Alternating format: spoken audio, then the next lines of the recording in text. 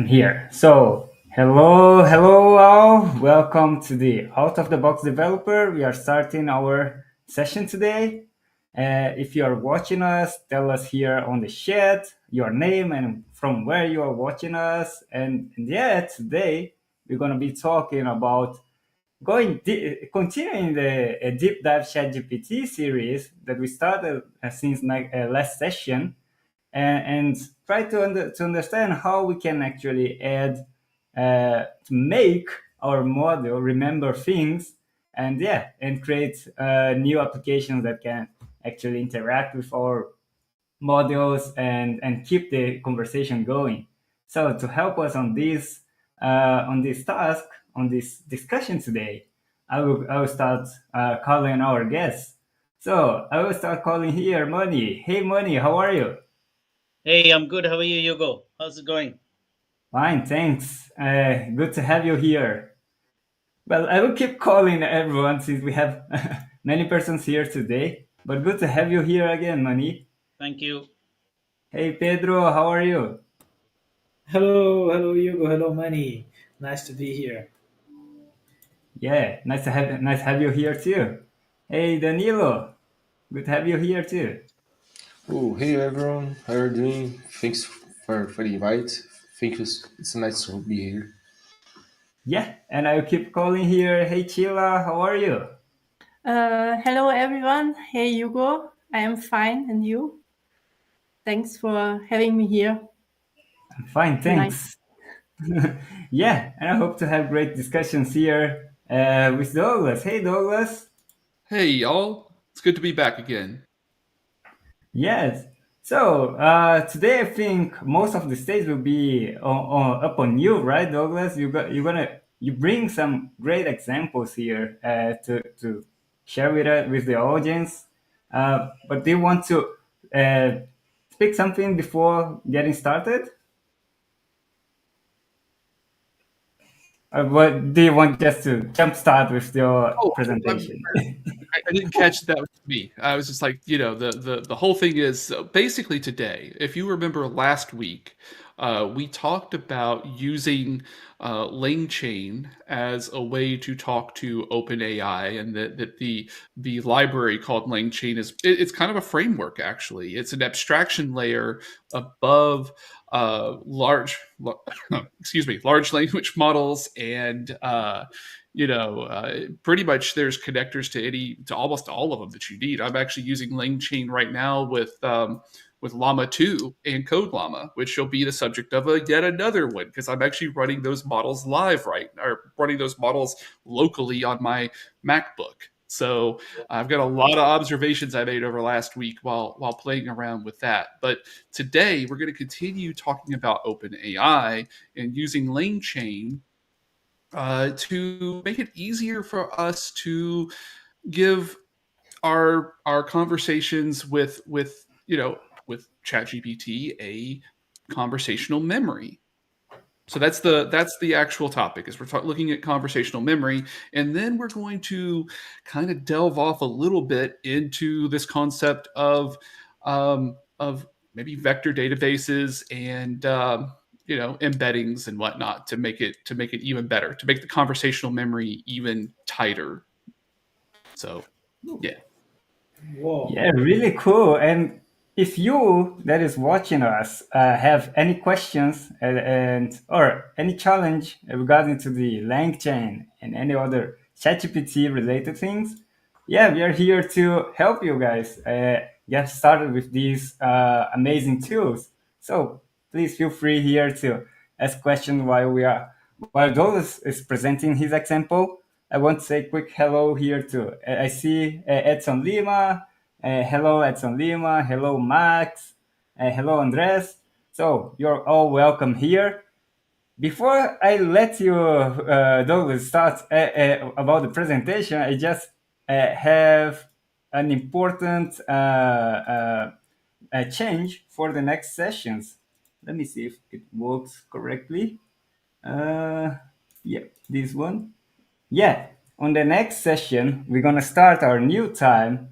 So it will be starting 1 hour earlier than our usual time. So it will be 6 p.m. on Brazil time. and 10 p.m. On British time, or 9 p.m. GMT. So since we have a lot of places, people watching from a lot of places, those are some reference time zones for you to keep connecting with us.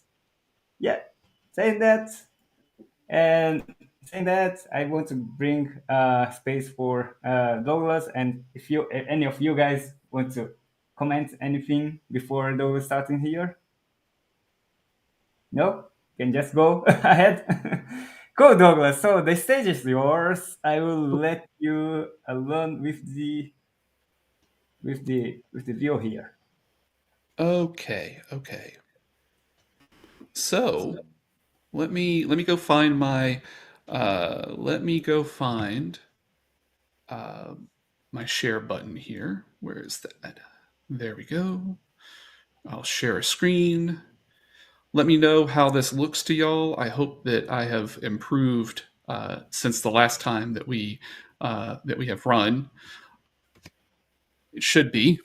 How's the font? Do I need to increase it at all? Maybe by 1 point, if that's okay. I mean, it is legible, but yeah, that looks much better. Yeah. Did you Okay. did you just do a control plus, or did it change your I hit font level? control. I hit command. Well, command plus, but yeah, Command plus, yeah. basically control plus. I hit control plus. Cool. Okay, Yeah. that's fine. I think this is quite legible because the screen does take up some space with images and videos. Yeah, yeah, and I mean, we could even I could even remove the tabs and all of that stuff if we needed to, if we needed to go down that path. But okay, so again, I'm not going to go over a review too much, although just depending on how the conversation goes, we this may go really fast or it may go, we may hit our hour. Let's see what happens. But today, like I said, I've got a couple of examples. The first one that I wanted to talk about was using a uh, buffer. Conversational buffer memory is the actual class that we're going to use out of LangChain. Now, the interesting thing is, before we go too far into that, I just want to kind of show the kind of depth that they go to as far as the memory is concerned. So let me bring over real quick the documentation page. That may have been too much of. There we go. We could take a look here. If you go to the documentation, you could see that they have a whole section of it dedicated to memory, right? And chat messages. We can the different types of memory that it has, and what we're looking at specifically, and the reason why I brought you here is that I want you to see that there's a richness in the options. I'm keeping the options to a minimum so that we have a chance to really talk about them, and it really wasn't like let's show every example that we've got. But today what we're going to talk about is the concept of this conversation buffer, which is going to be as you if you attach this to a conversation chain, which we'll get into, then every time you do predict, it adds it to the history, and every time you send in a new request, it's going to actually send all of history with it along, right?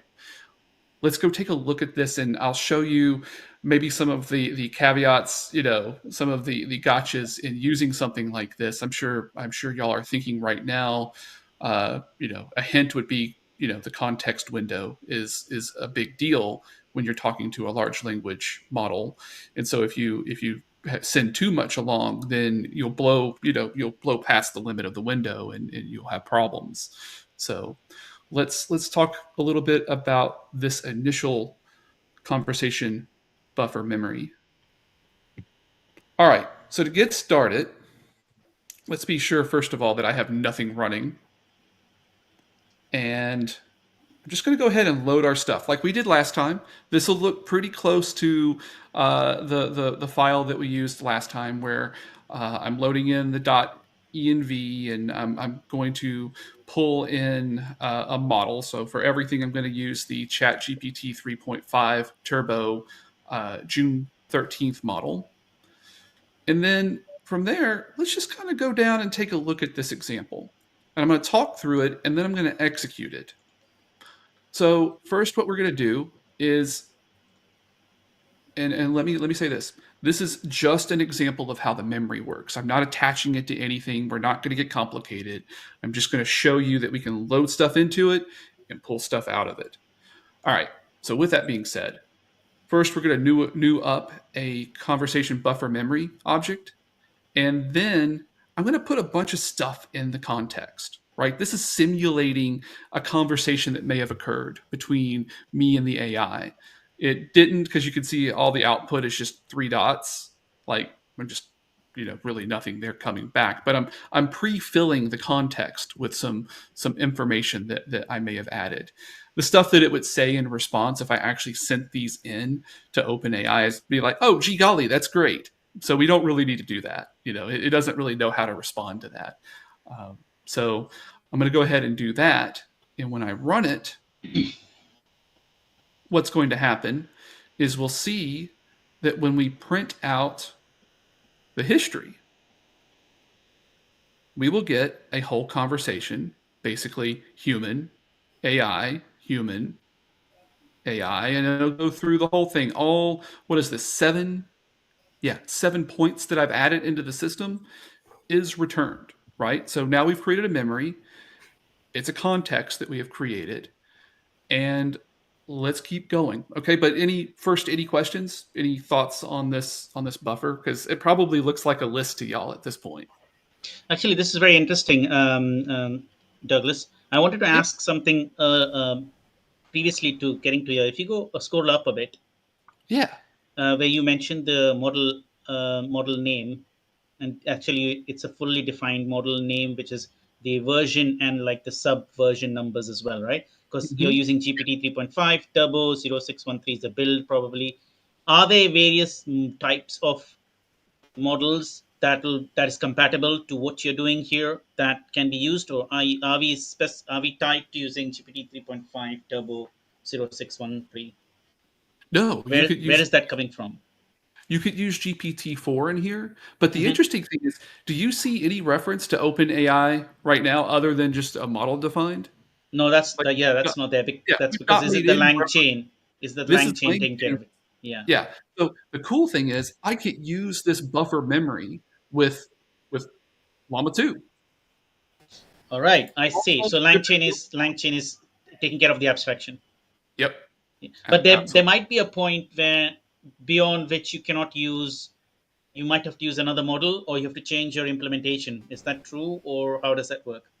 Anytime that you anytime you change your model, there's a chance that your prompts are no longer valid anymore. Yeah. Yeah. Because the one thing I've noticed, and this would be really evident if I was doing a compare and contrast with my Llama 2 work, was that I to get the thing to work that I got that I demoed last time with the creating the date objects, uh, it it was really a lot of work to get it to work with Llama 2. Like to get to do the prompt engineering to get it right, because Llama 2 does not come out of and even Code Llama does not come out of the box with function calling. So without Right. function calling, you cannot guarantee. You have to write your prompt right so it knows to always respond with JSON no matter what. Right. And I actually figured that out. So that was kind of fun. I figured out how to do that with Llama 2. But we're not talking about Llama 2. But what I'm Yeah. saying is, to answer your question, anything you stick in there can be used, but it gets. I'll show you the inflection point where the code Yeah, changes. yeah, that's an interesting one as well, because these are all disparate entities, groups working on these models, right? And Yeah. LangChain has to keep up with all of that, with the different versions of the model. So you cannot stick in GPT-2 or whatever the lower version of 3.5 are and expect the rest of the code to work, right? You'll come to a point where you have to use a minimum model version. So one thing that I want you to take a look at. Um, Again, I think let's do this. Nope, don't do that. There. Okay.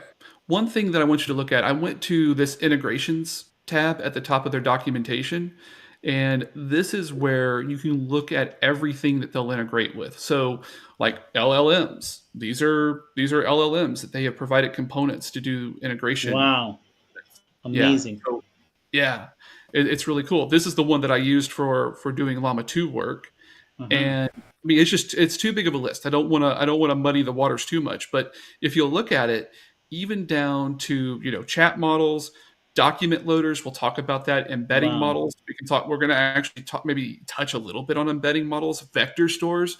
We're going to touch on vector stores a little bit. Retrievers. They have all of these integrations, and it comes with with LangChain out of the box. You get all these. That's why I really call it a framework for doing large language model AI type work. It's just this one stop shop. It comes with full batteries included. Do everything you need. I mean, you can even see up here they know how to talk to AWS, Google, Microsoft, directly to OpenAI. It's all there.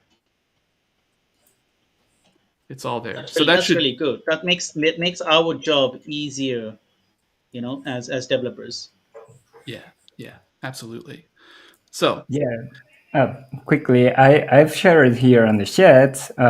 First link it was to point into the OpenAI available models. That is one of the GPT 3.5 Turbo and the other family.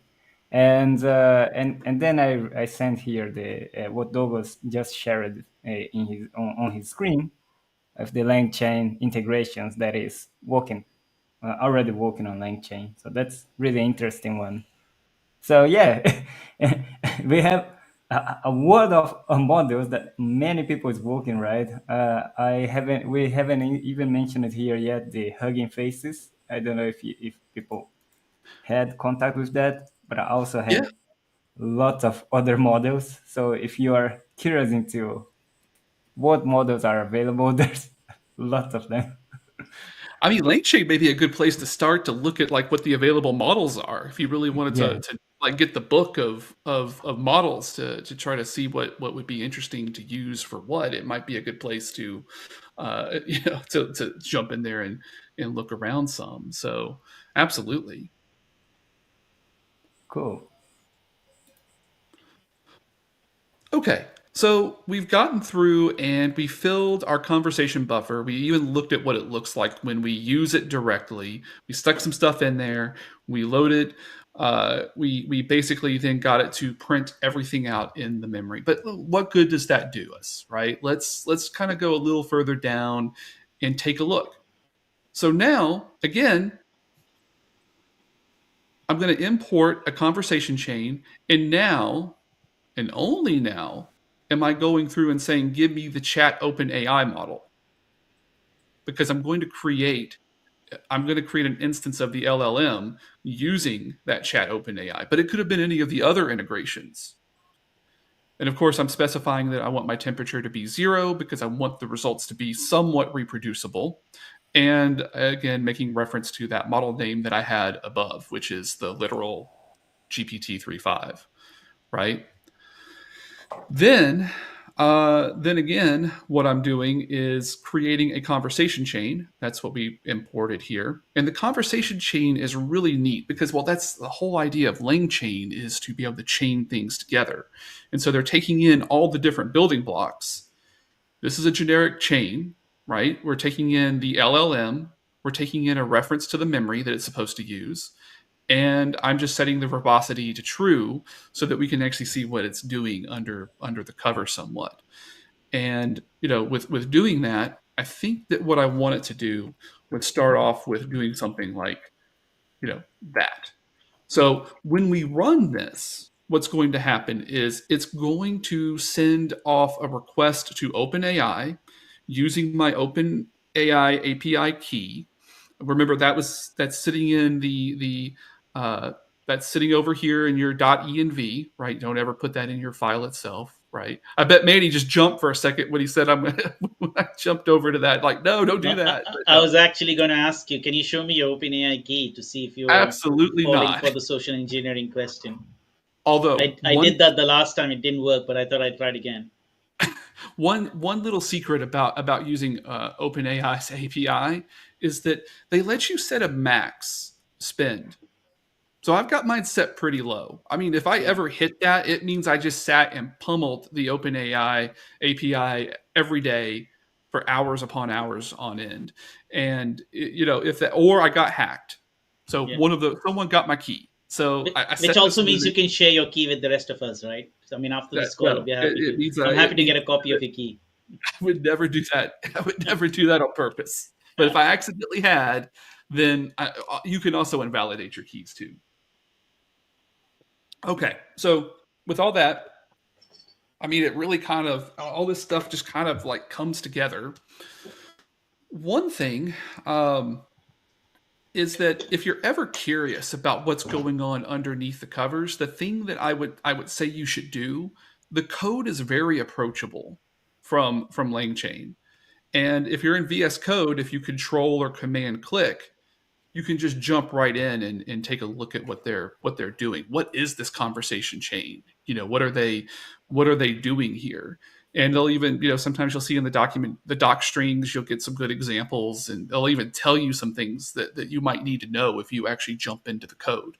Don't be scared of LangChain's code base. It's actually, because of the way that they did it with all these classes and everything, it's really approachable. The live debugging is also your friend, I would say, because I had to troubleshoot some things, like things weren't working the way I expected, and so I just went and looked at the code and did some debugging into LangChain and figured it out. And that's one reason why working on this in open source is, with open source products, is so great, because we can just jump in there and look at everything. We can see the code and step the code. All right, enough of me talking about that, though. I'm pretty sure everyone wants to see the example run. So I'm going to go ahead and I'll hit the run button. And if we come down here, we will see that it has a template, a default template that it uses inside of LangChain that says something like, this is the following is a friendly conversation between a human and AI. The AI is talkative, and you probably don't need me to read all of that. But if I come over here and scroll over, you'll see that there's quite a bit of engineering in that prompt, right? They're saying, if the AI doesn't know the answer to a question, it truthfully says it does not know, right? Don't hallucinate is what that's trying to do. But now we'll see that we didn't really just chat with the AI all that time. Now this is kind of funny that it came down here. This is where sometimes when you set the temperature to 0, it doesn't always work in a reproducible way, because there's a lot in here. It just didn't connect it all up. Let's try running one more time and see if it gets anything. All right. Wrong question. I shouldn't have left that one in there. Tell me everything. Tell me everything you know. Okay.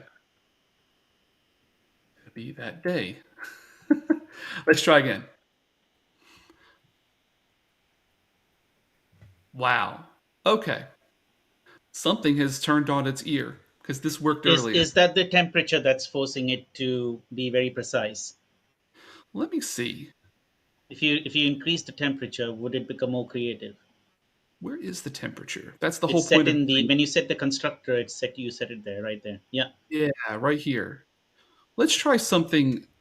Let's try something a little bit different. So, yeah, let's try changing the temperature. Also, I think I'm going to blow the memory away too. Again, that's why I did this, right? We can also reset the memory, so it gets rid of that stuff in there, and then we can also go in here and say, um, maybe this is the wrong way of phrasing it. What is my favorite food? And if it goes through and looks at the conversation, your favorite food is sushi, Yeah. Yeah. Yeah. right? Tell me, let's see, everything you know about me. Then if I do that, we'll get this nice little, uh, there we go. Wow. And see, this time it actually picked out. You are Yeah. Douglas, a software engineer living in Memphis, Tennessee. You are married to Emily and have 3 kids. Your favorite food is sushi. And although you're not a sports fan, you have watched basketball and football on special occasions. That's impressive. Although there is a small flaw here, right? I mean, you just change the person from me, or from me to Douglas, which is from Yeah. the first person to the third person, and it didn't know. It couldn't take that, right? Yeah, So yeah. it's interesting when we see that. This is the whole point of playing around with this stuff. I've had a lot of fun, just like what happens if I do this? What if I flip this lever? What if I do this? And it's going to get even more interesting when we get to the next example, right? So Actually, I think, and maybe that'll extend the time of this presentation. I think the reason it might be doing that is because all the embeddings that it may be remembering are in the form of I am right, and first person.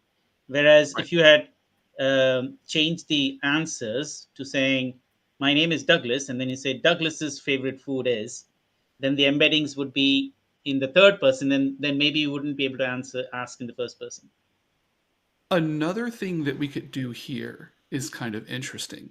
So instead of saying human, right? This is how configurable things are. I think that I can change um, the what is it? I don't want to change the input key. I think I do. There's a way to actually say, because okay, notice how it says down here, human, hi, human, my name is Douglas, human, right? It says all of that. But if I were to put Douglas in front of all of these, it would suddenly tag everything with me, right? It would know that if every one of these began with my name, it would know that that's me. So there is a way. I'm trying to remember off the top of my head. I think it is actually in this class somewhere in the Is it the control human prefix field you're looking for? prefix. Human underscore prefix. Yeah, there we go. What But if we that, said, that's only the prefix identifier, right? Okay, yes. look Yeah, at what that does? yes. Yeah. Now, I may have broken something because it's actually probably expecting it to be human, but let's try to run this. I think it should be fine. It's just a labeling it's using instead of the word human. It says Douglas. But then you need to change about the question. Do you change it to me? Now you need to change again to Douglas. Tell me everything you know about. No, See, I think that's it a should be fault too, fine. right? I think it should be fine. This it may not Yeah. see. Yeah, you'll have to still keep it as me, because that is in the answers and not in the human prefix. But I think I broke it with the human prefix because now it doesn't have anything anymore. It doesn't know that this is the other half of it. It says that it's a talkative conversation between a human and an AI, not a Douglas and an AI. So I think that it actually is Ah, losing the point of reference here. So I do need to change this. So let me go back here and we'll just blow the memory away again. Now it's back to human. But this is what's so cool about LangChain, right? I mean, we could just go in there and tweak stuff, and I can go through the debugger and look at things and see what it's really doing under the covers. Let's see. Tell me everything you know about me, and then it runs. And again, well, we broke it. How about that? How about that? Because I don't think I did anything other than let's do this. Restart. I'm just going to erase everything that it ever knew and bring it back. There we go. And then we'll try it one more time. What I really want to do, though, is see, we're sitting at 30 minutes past the hour. I kind of want to show the next part of the demo. Now um, uh, we saw that this did actually work. That's what's really confusing. Like we did see it put the whole description out there about me in there. Let me try running it again.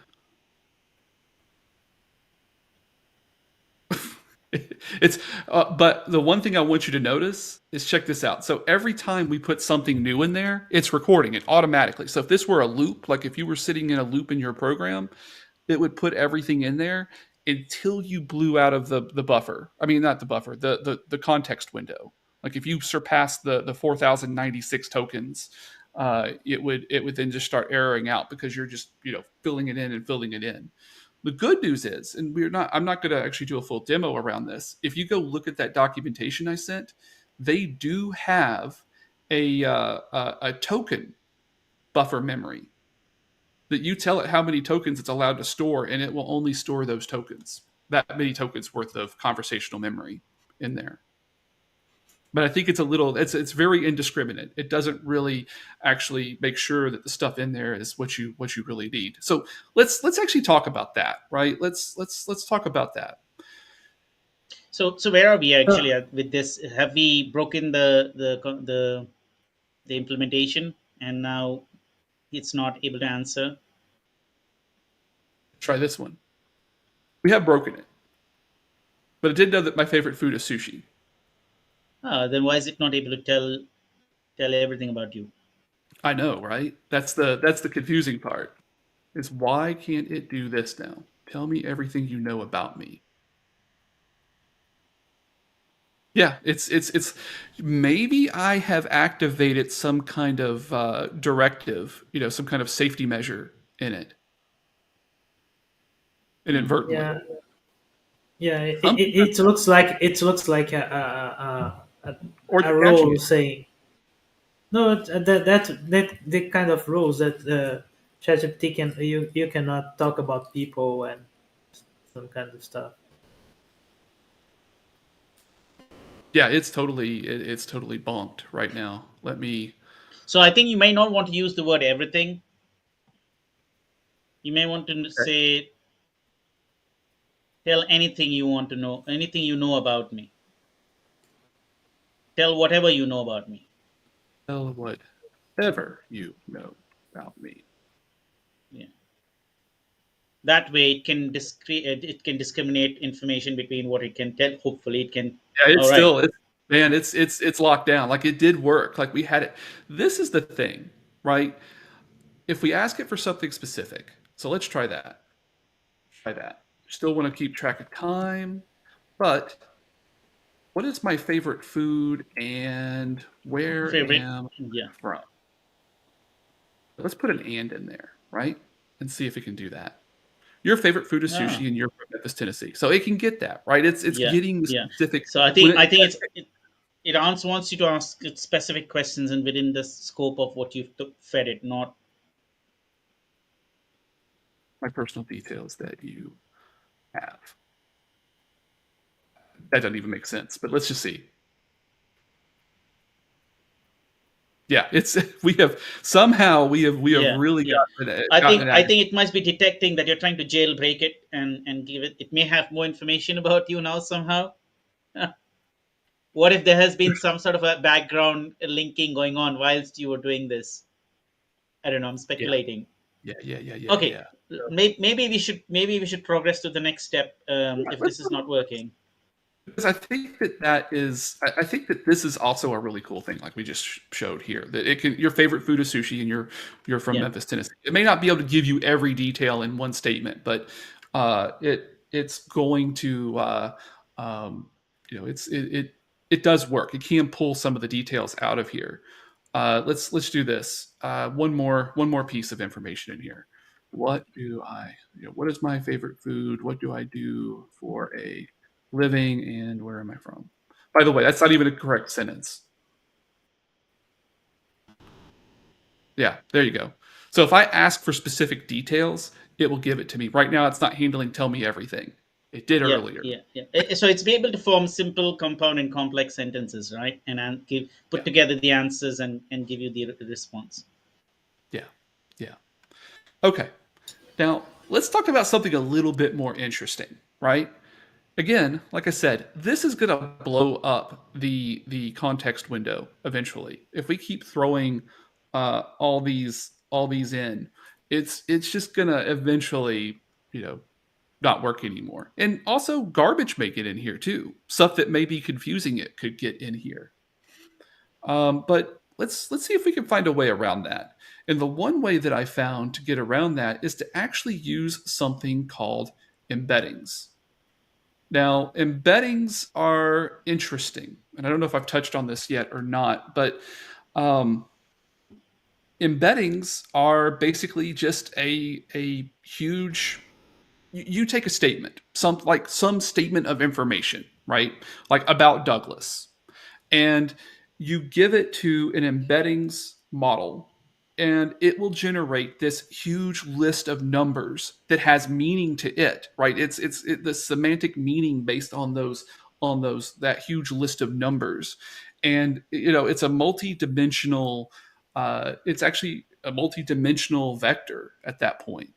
And the cool thing is as you keep giving it more and more information, it will put all of those pieces of information together, because those vectors will be similar if they have similar semantic meaning, or they won't be similar at all. I wish I had a better visual display for visualization on this, but it's extremely interesting how that works. So then, when you get all of these embeddings, right? Let's just say you have a ton of these embeddings, you can use a vector store, a vector database, and put those in a vector database. Now, what's different than the usual way that we store like rows of data in a database is that we're storing these embeddings in multi-dimensional space, right? They're not being stored one row after another. The spreadsheet metaphor is bent on its head. It's more like a universe at this point.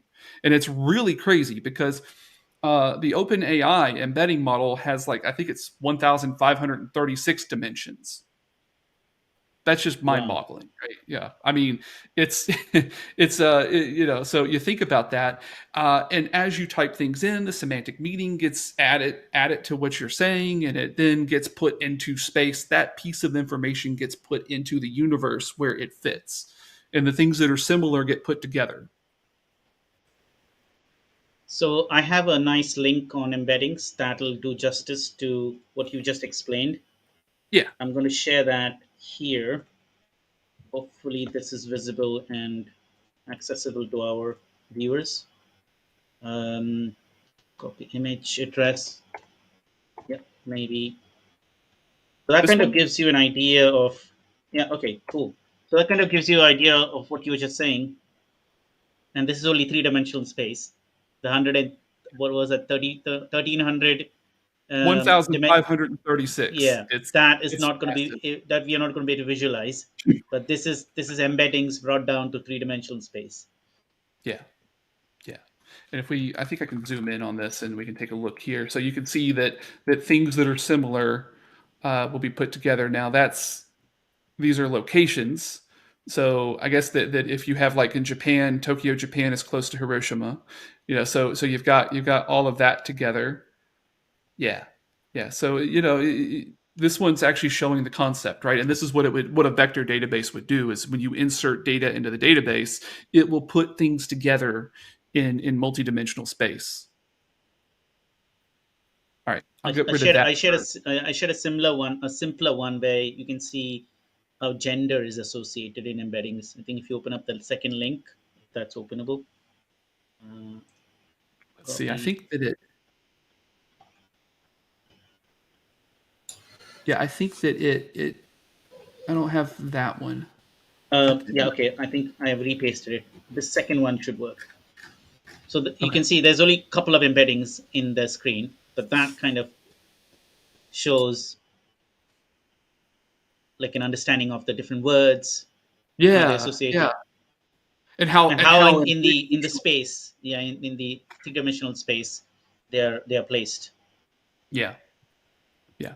And I can visualize this in my head and it's amazing. I don't know if I can visualize 1536 dimensions, but the gist of this I can get in my head, and it's really really cool. So, how can we use this to our advantage with LangChain, right?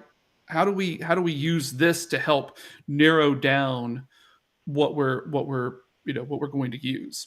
And LangChain again has embeddings built into it. So there's they actually have a full documentation on their embeddings. We're going to use memory again, except this time the memory is going to come from it's going to be a vector store retriever memory instead of the conversation buffer. And by the way, if you're into like Java or you're into object oriented design, all of these inherit from the same base.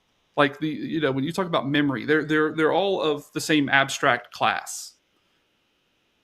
So that's like I said, it's really cool to go look through their code, because not only does it do a lot of cool things, but from an object oriented analysis and design perspective, it's actually a really well put together library framework. Okay, so if we keep looking at the dependencies here, by the way, I just put this here as a note because these were things I had to install, but I've kept track of everything that I installed Cool. in my In requirements. the requirements, yeah.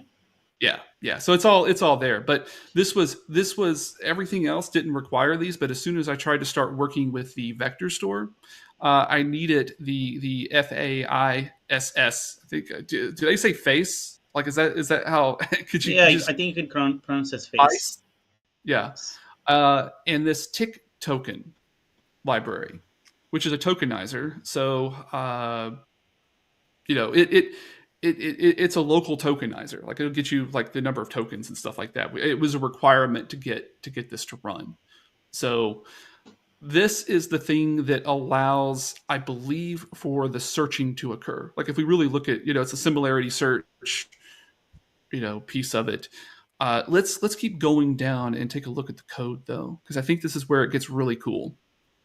So again, we're going to bring in OpenAI. This is the only mention. I think we've only mentioned OpenAI twice in the whole thing, only 2 times. But it's really powerful because we could plug something else in potentially. We got OpenAI embeddings that we're going to use. We're going to use a vector store retriever memory. We're going to use that same conversation chain that we used above. So we're going to plug this in as memory this time instead of the other thing as memory. And then we have this concept of a prompt template, which you actually got to see used, but we didn't use it directly. You saw how they had their own prompt and stuff like that. They use this concept called a prompt template in a lot of places, and they can do it by default because it's part of their ecosystem. Also, we're going to import the Facebook, similarity search library. Then, just to make things fast, we're going to use an in-memory document store. So this could be something else. If you go look at the integrations from the page I sent, you can see all the different places you can integrate with. But right now, I'm going to use the in-memory document store instead of using something like some other database of some sort. And then our vector store is going to be finally the the Facebook Similarity Search Library. Okay. So basically, this is doing similarity search in the embedding space, right? Unlike It is. similarity search we would do using literal text tokens, which is very different from what you're doing with the embedding search, which is a lot more flexible and powerful. Yes. So there's a lot going on here, right? So we can, just by using the memory directly, do that initial search, right? But then we're going to be able to ask questions of what it found when it did the similarity search.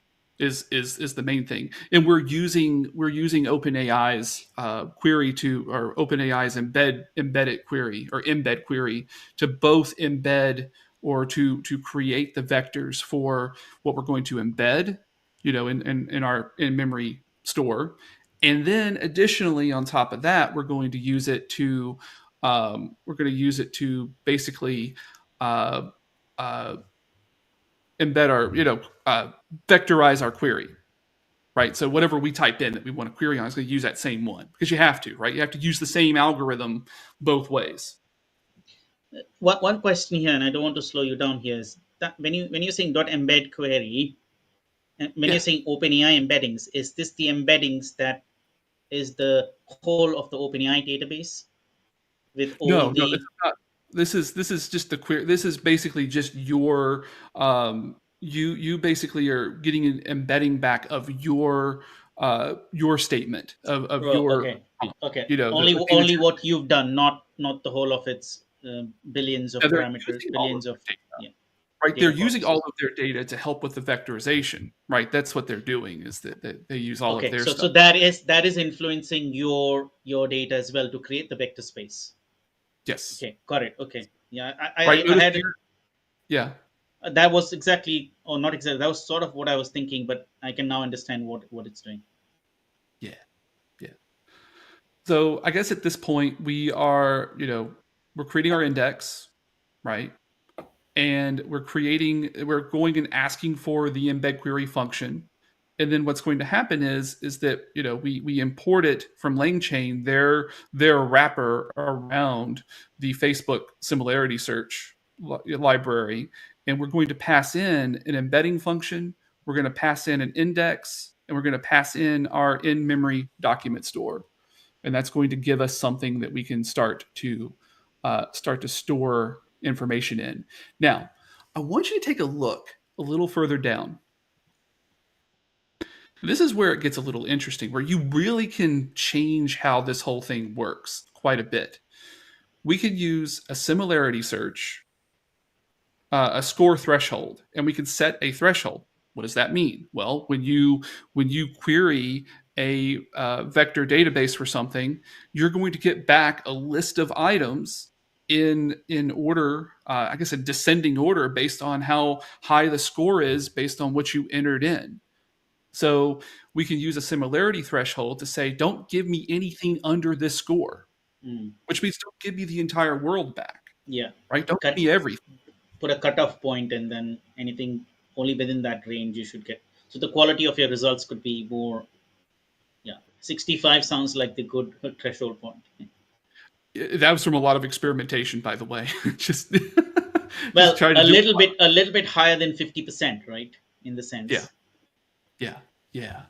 But the cool thing about that is that it will actually limit the number. But I think that really maybe a better place to start is going to be, let's just take a look at using K, right? Let's take a look at using K first. And what this means is only give me the K nearest one item, the top item. Yeah, that would be like top one when you do a Mm. query, a K near, SQL yeah, query. Yeah, K nearest neighbor. yeah, yeah. So if we do that and we look down through here, now let me be sure I do this right. Well, we got to pull in our imports. Done. And then we'll come down here and we'll run this. We'll fill in and we'll say k equals 1, right? And that's going to take it a minute because it's actually going out and doing embeddings, but I think it has finished in 1.9 seconds. That's cool. Mm. Okay. So now again, this will look familiar. I'm creating another Chat OpenAI LLM, a model here using the same model that I used before. I was playing around with token size. I don't even think I'm going to get anywhere near that many tokens, so it doesn't really matter. But that's the max tokens for the request and response, I believe. No, request. Yeah, max number of tokens to generate to go out is what that's going to be. Reason why it's not 4,096 is because if you use all your tokens on the request, they will give you nothing back and tell you that you erred. Just so you know. Just so you know. This is just so you know. That's the reason why.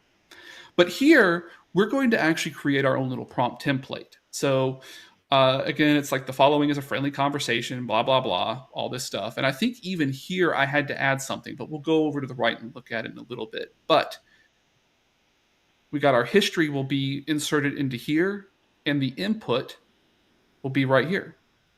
So the thing that we're sending in right then will go right there. Okay. Then what we'll do is we're going to create another conversation chain. And this time we're going to, the LLM is set, the prompt is set, the memory is going to be set.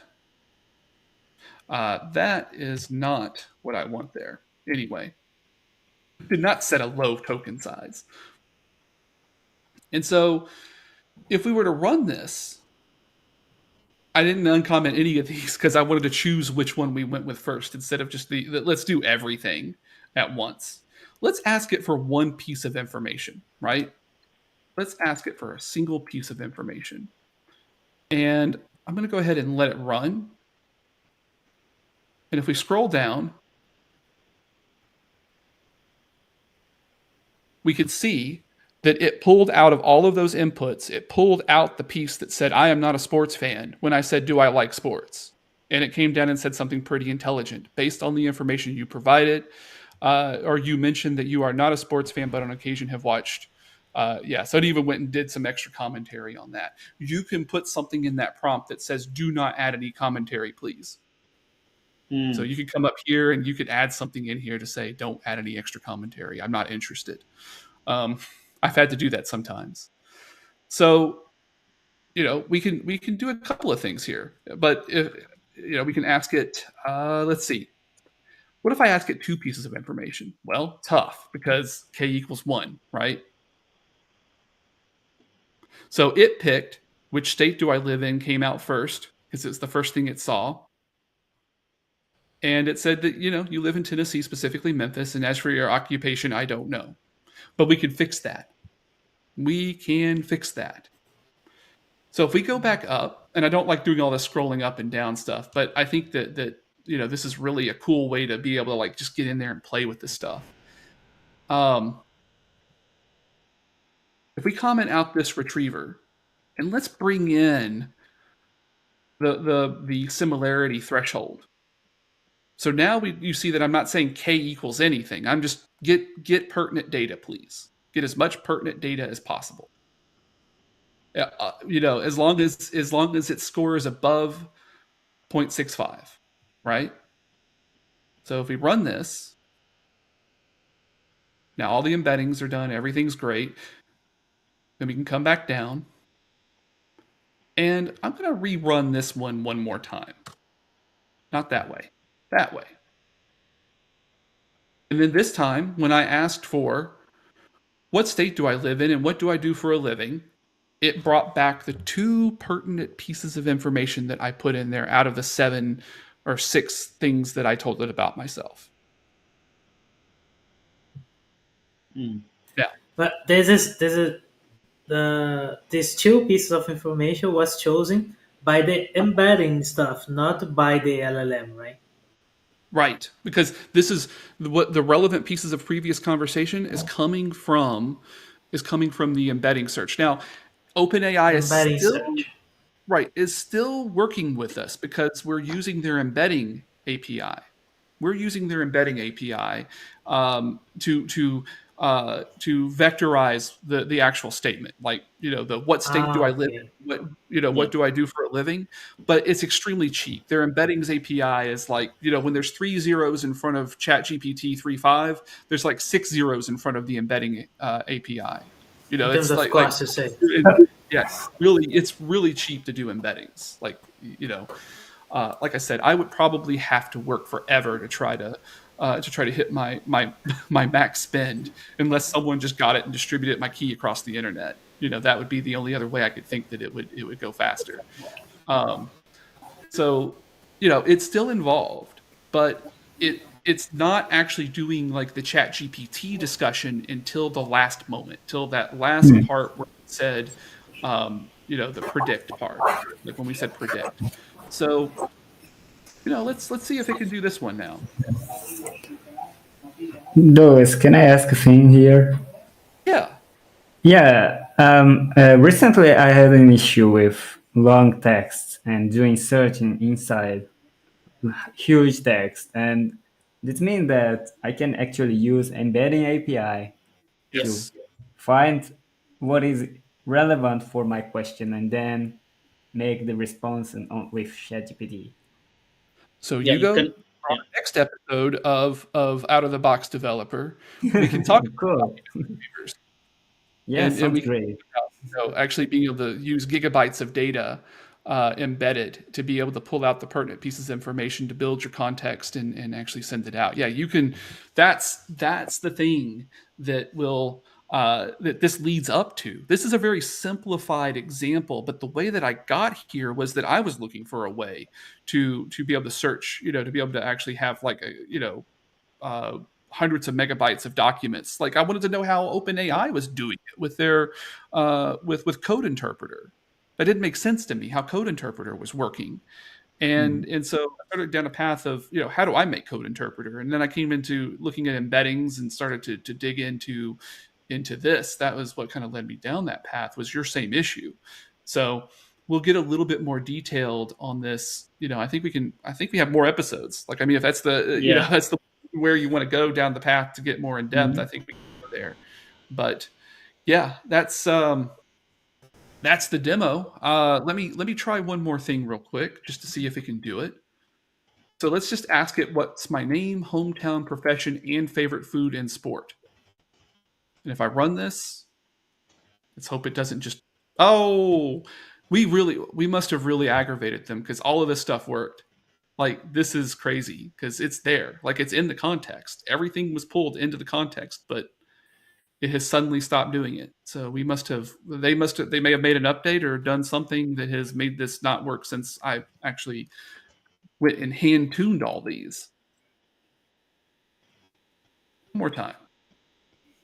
Yeah, it's just yeah, it's um yeah, totally done.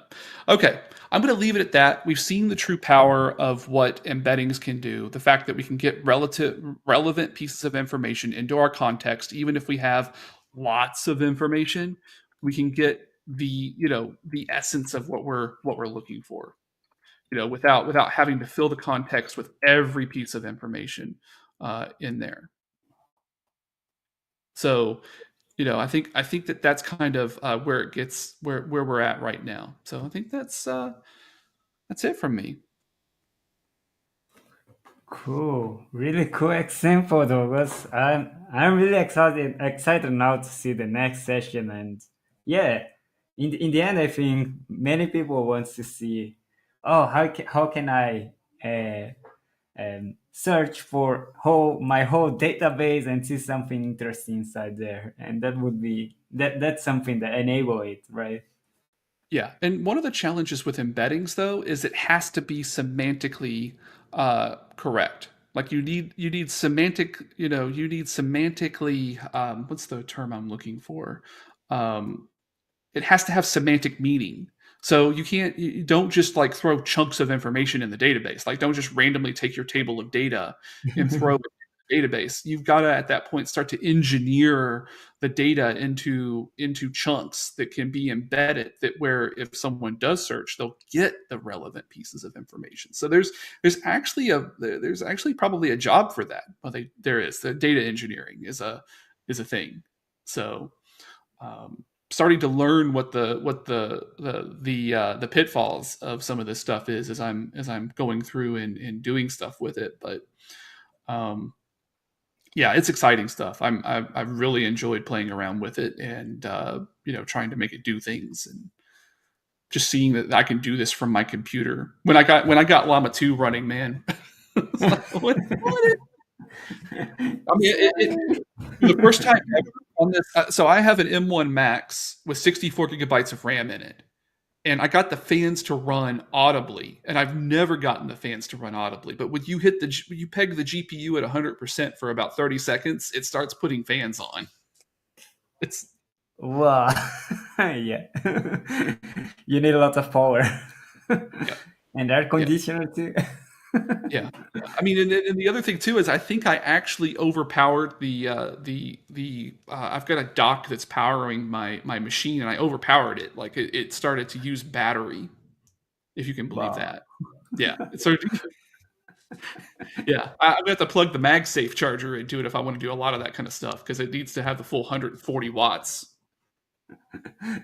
Well, maybe we'll need a session about tips to be able to run your local model, because it's not easy, right? It will need some. Yeah, it's not. I could actually go through the steps of setting it up on a Mac. That would.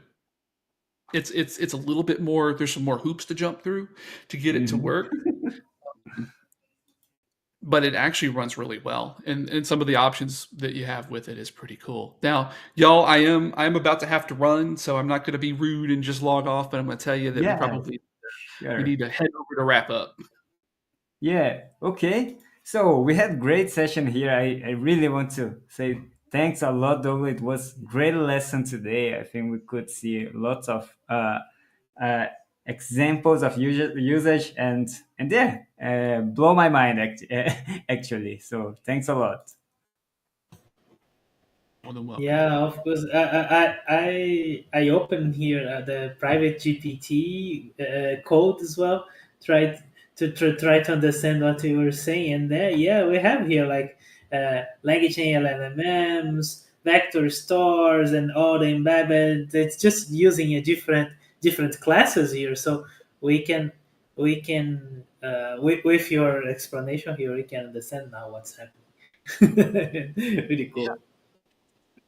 And yeah, I want to respect your time, Douglas. We're gonna be wrapping up here, but if you need to go right now, I know that you said earlier that you have hard stop, right?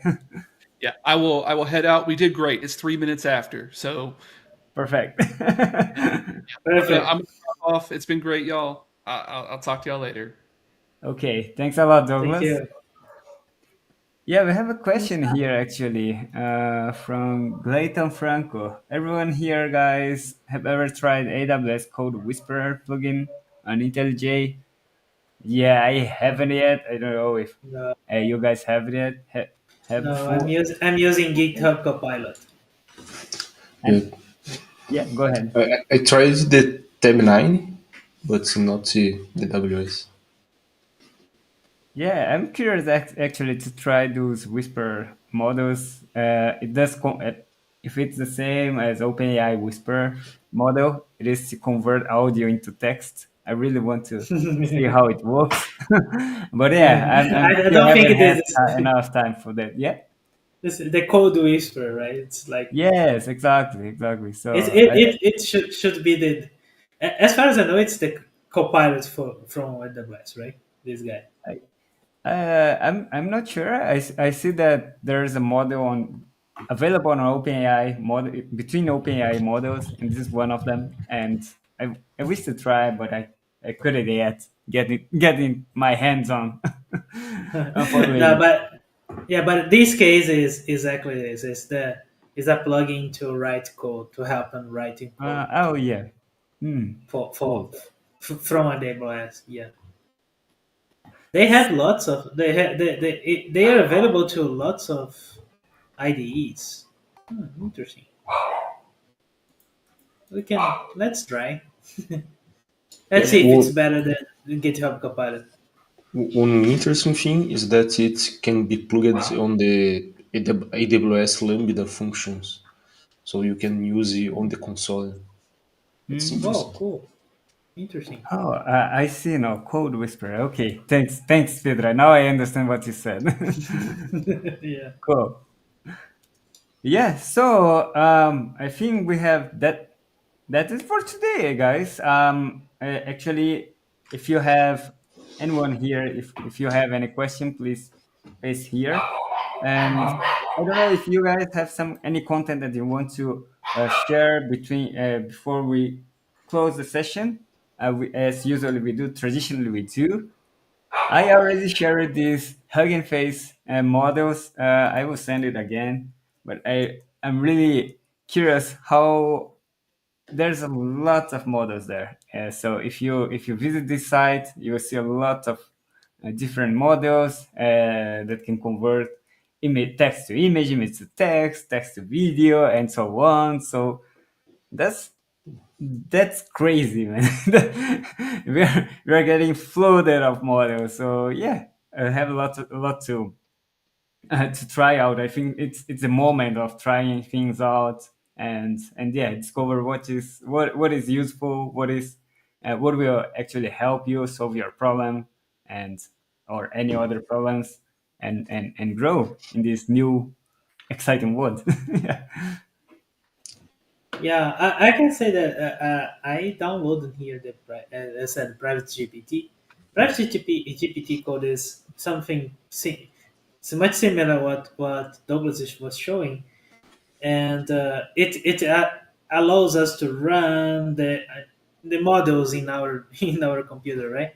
So you can download the model from Hugging Faces models, and then you can run in your PC. So I tried here.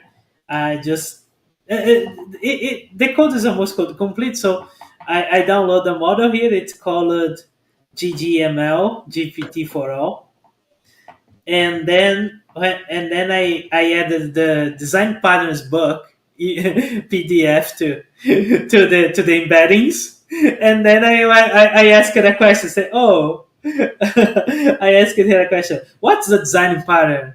And they answered correctly. Design pattern is element or set of elements in object-oriented software development, which provides solutions to common problems. Blah blah blah blah blah blah blah. Right? But it took like more than 2 minutes to run in my local machine. But it says took 2 minutes. But for in my point of view, it took much more than five. Running here. I just play. I asked the question and it took like almost more than 3 minutes running. And as Douglas said, it takes lots of power. The event starts to run, Wow. and I was here in our session, not now, before our session, right? And then my the how can I say, the streamings start failing. Yeah, I started losing these videos because it was getting all the CPU and all the GPU I have here. Say, oh my god, I can't run that while our session is being executed. So yeah, takes a lot of power. I see a question here. Can you pose the steps for the design pattern example as a tutorial? Oh yeah, maybe. Yeah, Yep. maybe. Why not? Oh, we'll be waiting for your new post, maybe. Okay. Yeah, if I let me, okay, so uh, I'll create a video about that, right? Yeah, this it would be private cool. GPT that you tried is this I Martinez private GPT. Can I Yeah, share this one. here? Okay, I will share it on the chat. On the chat. So, Danilo, Chila, do you want to share something for the audience today? Uh, yes, I can share something. It is something.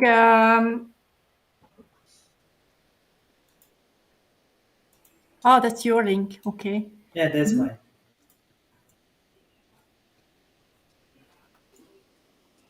Like that. Cool.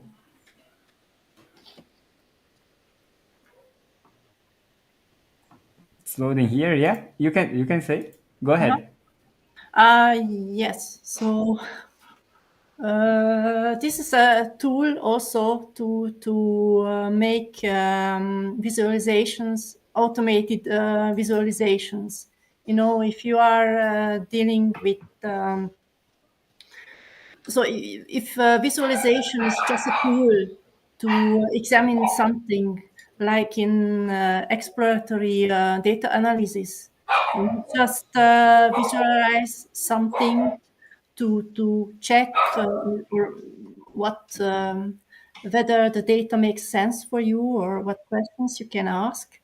Um, and this tool can help with this automated visualization. And there are, of course, this is a first version. So there are, of course, some weak points in it. So I haven't tried yet, but it looks promising from the ID how you can do this. And this is just a link for you to the first documentation, just to get an idea how it works. Because I Sounds always good. ask Yeah. myself, okay, if I'm making a visualization, then I'm just programming something, and then it's a manual programming work. And with this tool, it's promising that you can do it automatically. But the question is how you can embed several different data sources, how it's working, and questions about performance and accuracy. So this is just something you should try out, and then you will see it. Great. Yeah, seems amazing here. I'm seeing some pictures, examples. Yes, I didn't know there's such kind of tool Wow. too. Yeah, I I'm didn't seeing know here. it either. It's pretty much interesting here. Yeah, Make you it could search. make the life much easier for people who has not Well, it's no knowledge, and you can no ask. much knowledge On Yes, on visualizations, data yeah. analysis, right? Yeah. and you can ask or tell him, okay, I will have an extra series of data, or I would like to have a maximum minimum visualized, and you don't have Hmm. to do anything, just using natural language too. Yeah, I remember that ChatGPT launched a plugin for data visualization as well, right? I Hmm. remember that you can just send your CSV and they start showing charts and stuff. Yeah. I don't remember the name. What's the name? ChatGPT plugin data I see visualization. Money is back. Hey, Money, how are you? Hey, Uh, good, good. Sorry, I had to jump out for a little bit. no problem. We are on the moment that we are sharing our traditionally sharing Ah, our books or any content right. that. Oh, Go but I ahead. want to Well, share a let book. me share. Let me share the link that I wanted to share.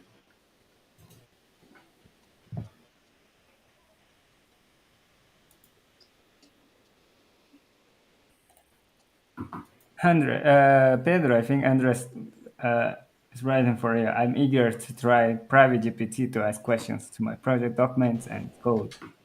Yes, exactly. Yeah, That exactly. is- I don't know how it works with code. It would be interesting to test, so but if you try it, the documents, share yeah. with us. Yeah.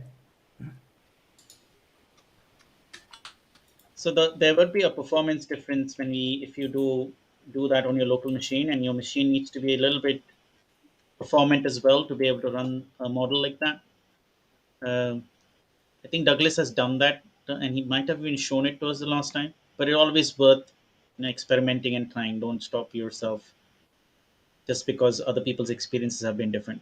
There's a learning process in getting the model to work on your local machine. So that learning process is valuable or For sure. invaluable. Pedro, have you shared anything here or money or oh I get you. Yeah, I'm just pasting the link. So mine is a clean code book, nothing related to the nice LLM links you guys have been sharing. Um,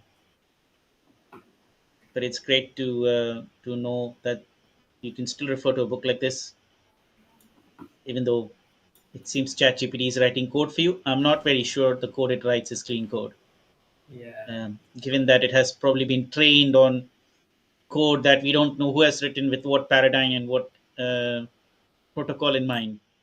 So till they have come up with a version of Code Whisper or you name it, any of those code related GPTs that is trained on well designed, clean code, well refactored code with following the all the design patterns and principles, or not all, but as many that are relevant. I don't think the code that it generates. I have seen it generate a lot of code that doesn't work or makes mistakes, or it just assumes that's what you want and it gives it to you. But that Cool. shouldn't be far away for us actually, for us to reach that goal. Yes, because we still write a lot of code too. So yeah, that's amazing. Tips for all. And we have also Pedro's book here. You want to talk a bit, Pedro? Yeah, I'm sure I can share my free ebook. So if you wanna download it, I always talk about international career. So this is a small ebook to tips. with tips to start international career here. So when we talk about international career, we are talk about working to from your place to another country or to like US and Canada and Europe. And this is something that can change your life. So I think you should think of it if you wanna grow in your career or if you wanna change your life being a developer. Cool, cool, I really should have cool, read. man. I should have had this book. I should have had your book 20 plus years ago, Pedro, for 20 plus years international ago, it career. was a different. Yeah, it was different at the time. 25 plus years ago, maybe. Yeah, I could say the same. Oh, if I had a book like that 20 years ago, but 20 years ago it was not the same. Yeah, he couldn't have written a book like that because not many of us had international careers 20, 25 years ago, isn't it? No, it when you think about that time, you think that say okay, but at that time the only way I think it would be like changing to relocate to another country and all this stuff that comes with it. So yeah, at that time it was the only way. But now, no, now we can work from everywhere. Yeah, absolutely. Cool. And yeah, so Danilo, do you want to share something? Oh, I wanted to share one project actually, the Gutenberg project. It's a project that it created a lot of audiobooks by a generative AI. So it's interesting Mm, that to see how what's the power of generative AI that is creating a lot of audiobooks and not just that, but a lot of content that can take some advantage from it. And it's interesting that it's an open source project, so you can take a look on the codes and try to do something by yourself. So this is one project that I wanted to share. great. And put here on the screen. Yeah, great. Thanks a lot, Danilo. So I think we have reached out at the end of our session. So once again, thanks a lot, everyone. Oh, I have some alarm here. And yeah, once again, I just want to remember everyone that we'll be on a new time for the next session. So don't forget, it will be 1 hour earlier than the current time, 6 p.m. Brazil time, 10 p.m. British time, and 9 p.m. GMT. So I hope to see you guys next week, and not next week, but the next session.